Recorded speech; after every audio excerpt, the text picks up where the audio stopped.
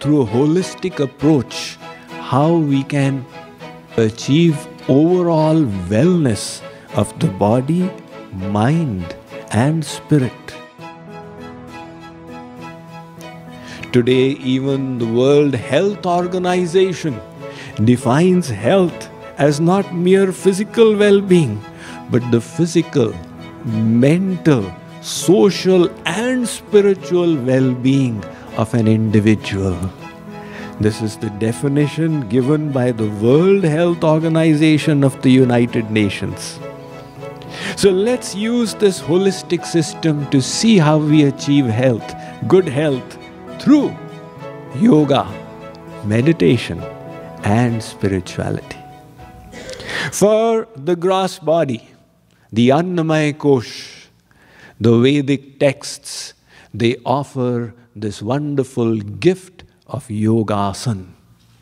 The yogasana is popular in the Western world as yoga. What is the principle behind yoga? Some very simple principles. This body needs to be maintained. And in order to maintain it, you must use all the tissues, the muscles, the joints, the ligaments, the organs on a regular basis. Otherwise, after 40, it's downhill.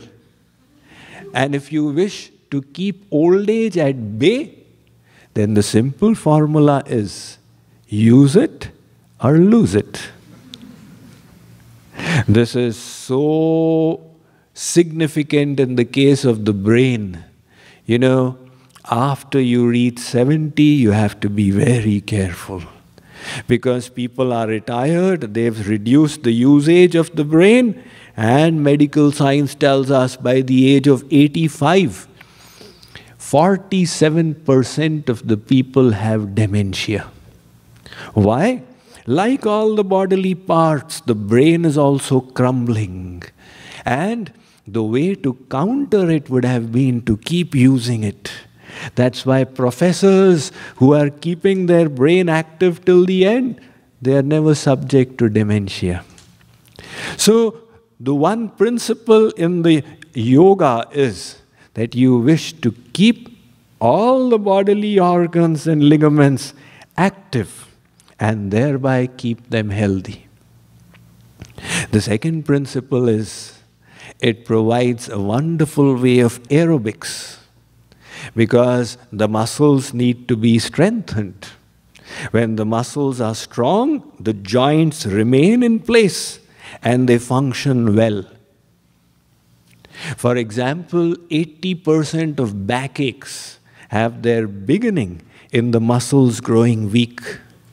So if you wish to have a healthy back, you do the yogic postures which strengthen the muscles. For example, the sarpasana and the shalabhasana, the snake pose and the locust pose. Similarly, so many of the knee problems can be eradicated by strengthening the muscles. And then the third principle behind the yogic postures is it tones up the organs. Now, one theory is to take a chemical to tone up the organs. But the ancient yogis who lived thousands of years ago in the Himalayas, they did not have chemicals. How would they tone up their organs? Physically. They would twist the organs, turn them, stretch them, press them. For example, we have the thyroid here. Now, medical science says if you have thyroid, hypothyroidism, there is no cure. You must take this pill for the rest of your life. But the yogic science says we can cure it. Try the sarvangasana, the shoulder stand. It will squeeze this organ. And having done the sarvangasana for 1 minute, follow it up with the matsyasana, the fish pose. That will stretch this organ. Do it on a regular basis. It will tone up your organs physically. And we also have a pranayam, the ujjayi, which will vibrate this organ. And that vibration will do the servicing of the organ. So in a brief capsule, this is how the yogic postures help us maintain the gross body. And then we go further in the pranamaya kosh, the vital energy sheath. How to maintain that vital energy sheath? The ancient yogis of the past, they gave us the gift of pranayam. Pranayam are breathing practices. In these breathing practices, not only do we assimilate oxygen from the atmosphere, not only do we enhance the oxygen flow to all the cells in the body, but we also tap into the pranic energy of the atmosphere, the vital force that is the cause of movement behind all things. And through pranayam, we assimilate it within ourselves. But then, both of these are still not sufficient, because if the mind is disturbed, what to do? The mental issues will also have to be addressed. And how to address the mental issues? By purifying the mind. The technique for purifying the mind is meditation. So that is where meditation fits in to good health. In fact, the Hatha Yoga Pradipika makes an astonishing statement. It says your physical postures, the yoga poses, are beneficial. But the breathing exercises are 20 times more beneficial. And meditation is 20 times more beneficial than the breathing exercises. That's the matter of priority and emphasis it lays on the mind. Hence, the mind needs to be purified, steadied, de-stressed, made calm through this technique of meditation. But then, why does the mind become dirty in the first place? Or if you have cleaned the mind, how do you ensure it will remain clean and not get dirty again? The intellectual sheath, the Vijnanamaya kosh, the values we harbor. If our values are misplaced, then we will run for pleasure in ephemeral things. We will run for the gratification of the senses through their objects. And when this is our value system, I want immediate gratification. No matter how many times we clean the mind, it will become dirty again. That is why, even beyond the mental sheath is the intellectual sheath.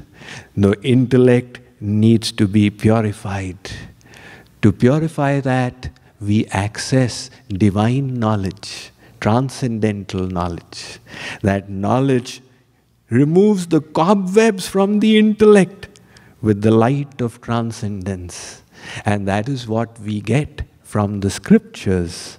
Not dogma, but divine knowledge to illumine our intellect.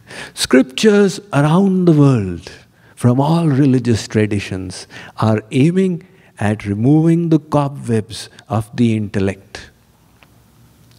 But why do we make our values? What is the rationale behind it all? We now go to the bliss sheath. We determine our values based upon where we have decided happiness lies. If we can decide happiness in the proper place, our values will be right. If we have decided happiness is in money, if that is my decision, my values will align according to that. Any which way, get money. And when that is my value system, the ethics will be thrown out of the window. And there is no doubt that the mind will become dirty. So, the decision needs to be made. Where is happiness? And this requires the understanding. Who am I? This is the primary spiritual knowledge. Once again, all the religions around the world inform us that we are not the body. We are beyond this body.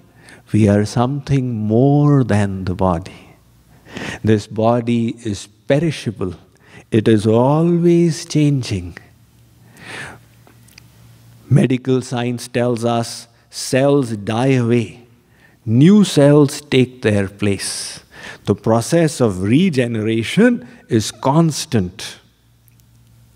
So, what happens in this regeneration? Within 1 year, 98% of your molecules have changed. 98%. And yet you know you are the same person. The same person who celebrated your birthday last year and the year before that and the year before that. What is unchanging within this constantly changing body? That is the soul. That is the real I. And that soul is the basis of consciousness in this body. The hand moves, not by itself. The energy of the soul is available to the hand, so it moves. Like the cloth moves, not by itself. It is the energy of the hand that moves the cloth. If the hand minuses its energy, the cloth is still. When the soul leaves, the body is dead. You try all your chemical reactions, that body will not come back to life. So the first knowledge is, I am the soul. This knowledge is important because if a mistake happens here, if you start your computation from here, 2 plus 2 is equal to 5. Everything else will be wrong. You have to start properly. And the starting knowledge is, I am the eternal soul. That eternal soul is a tiny fragment of the Supreme Soul. You may refer to the Supreme by any name, as God, as Bhagwan, as Allah, as anyone. We are all His tiny parts. Just like the hand is a part of the body. What is the dharma, the duty of the hand? To serve the body. It takes the bread and puts it in the mouth. It takes the milk glass and again puts it to the mouth. This is the dharma, and the hand naturally gets nourished in return. If the hand refuses its dharma and says, why should I serve the body? Cut me away. I have had enough of this service. If you detach the hand from the body, it's merely a lump of flesh and bone. Its self-interest lay in serving the body. That would ensure it would receive the nourishment it needs for its sustenance. Similarly, we are not independent of this entire creation. We are all one with this entire creation. We have our little unique position, and that is in service to the whole. When we do that, we receive the bliss that we want. But the problem is, in the present state, we souls are in this position. Yoga means, the word yoga comes from the Sanskrit word yog. Yog means union. When the soul is united with God in its consciousness, face to face, that is yoga. But at present, the soul has turned its back to God. This is viyog, the opposite of yoga. And in this, it has come into the bodily concept of life and is engaging in bhog. Bhog is materialistic enjoyment. That bhog is leading to rog, disease. So you see where did disease come from? instead of yog, we did viyog. And the consequence was bhog, material enjoyment, which resulted in rog, disease. So the solution then is not merely to ingest chemicals in the body. The solution is to turn around to the Supreme. That is the purpose of yoga. By taking care of your body, mind, intellect mechanism, you unite the individual consciousness with the Supreme Consciousness to achieve true yoga. In this way, through yoga, meditation, and spirituality, we achieve holistic health at the physical level, mental level, intellectual level, and spiritual level. Thank you all very much.